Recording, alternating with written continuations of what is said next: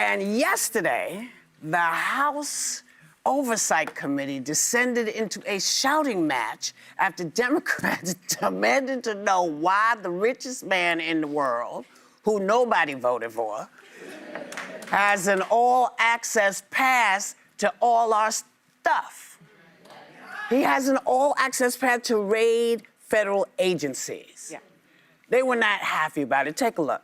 Who is this unelected billionaire that he can attempt to dismantle federal agencies, fire people, transfer them, offer them early retirement? I move that the committee subpoena Elon Musk to come before it as a witness at the earliest possible moment. There's been a motion and second. The motion is not debatable. I think it's outrageous that this committee will not even entertain a motion. No, you state your... Mr. Chairman, that's not a point of order. Somebody who is breaking the law and dismantling our federal agencies. No,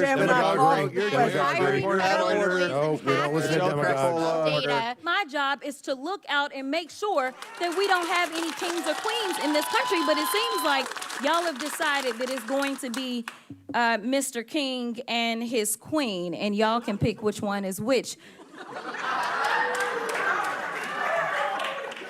So, do Republicans have to start putting some guardrails up, or, you know, because, and I'm asking this question with a codicil that says it's only been 2 weeks, okay? Oh, so, Lord. To start saying what like people 2 should years. be doing, or shouldn't be doing, but what, I mean, doesn't it have to be an all group freak out for us to get any feeling that somebody's watching what's going on?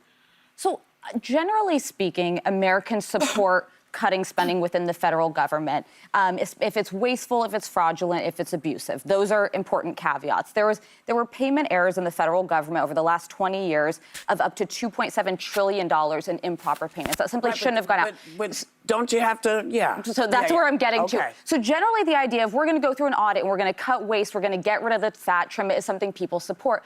My biggest gripe with the White House, and I would plead with them, is this. You need to be telling us what he's cutting and why. There is such a lack of transparency around this. And then when there has been information shared, it's later turned out to be incorrect. So for example, there was this stat thrown out that sounded wrong to me when I heard it, that $50 million was spent on condoms for Gaza. Yeah. It wasn't true. No. It was about $8 million to Africa, and it had to do with AIDS and HIV relief efforts. It had nothing to do with the Gaza Strip, and it was a much smaller amount. And then yesterday, this bogus claim was making the rounds that Politico Pro, like the news outlet, the political news outlet, was receiving $8 million in funds from USAID, which has now been folded into the State Department. What they didn't realize is it was Politico Pro was being subscribed to by federal employees at USAID because they have these tools to look at legislation, to look at policy. So tell me what we're cutting. Make me know that it's not something I have to be worried about. It's not going to affect my life. It's stuff that's unnecessary within the federal government. And those questions have not been answered at this point. And I agree with you in terms of we should have an oversight committee to look at these things.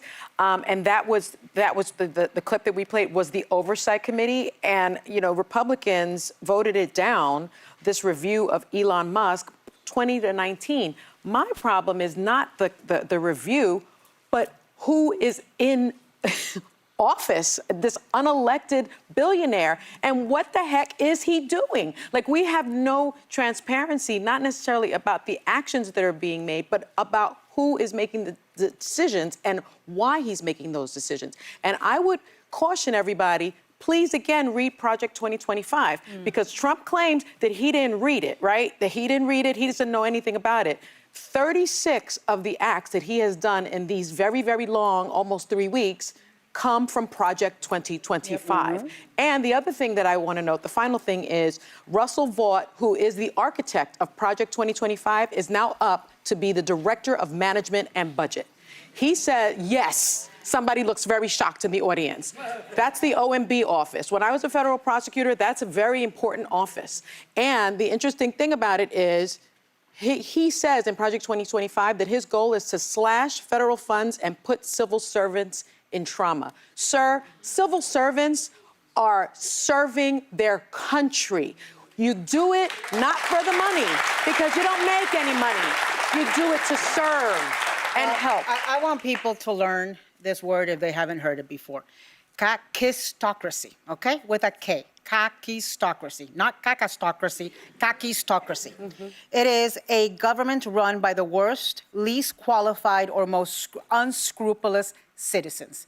And I feel it is exactly what we are living through right now. To your point, it's only been 2.5 weeks. God help us, we have to go through 4 years of this, which is why we need to set up some guardrails by making sure that there is a Democratic House or Senate in 2 years, because it is the only way that there will be any guardrails against what Donald Trump and Elon Musk is doing. I'm very worried about the conflicts of interest with Elon Musk that nobody seems to care about. This is a man who himself, his companies have gotten billions of dollars. Look, Elon Musk invested, almost $300 million that we know of on the Donald Trump campaign. Yesterday, Senator Klobuchar made a joke. She said, what's the difference between Donald Trump and Greenland? Greenland isn't for sale. Yeah. And so, he is claiming his price. You remember me saying in December that people who worked for the federal government had to prepare. That's USAID. That's 10,000 people.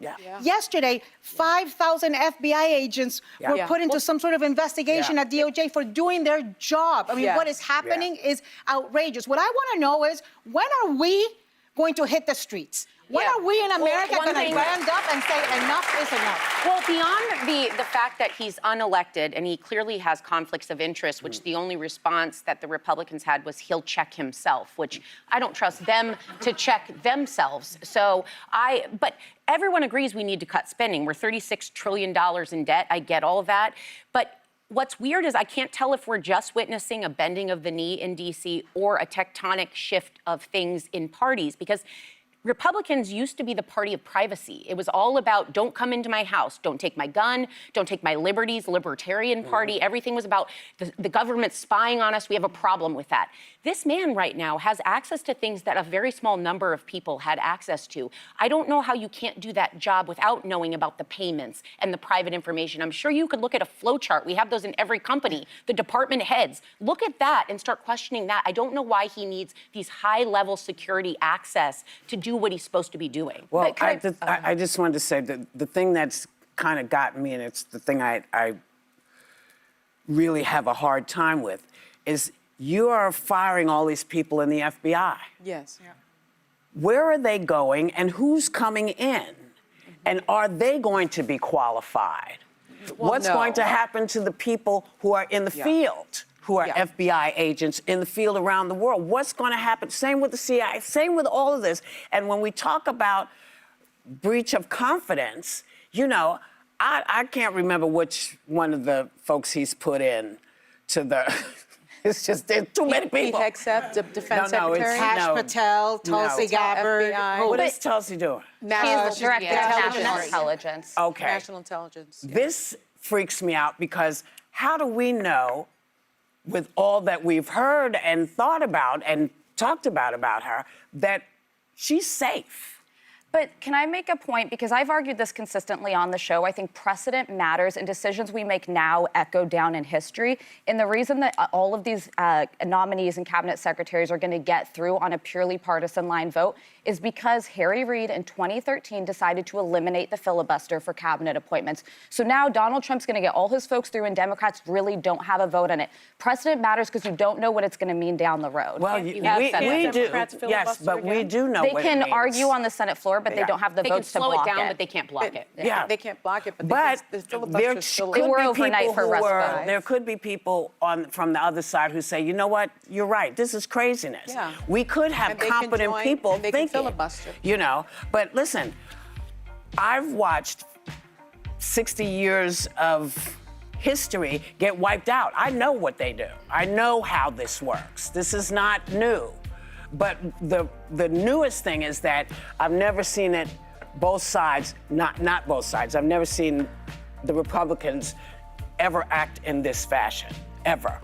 And to not give a damn about the country, to allow it to get torn apart this way, it's freaking me the hell out.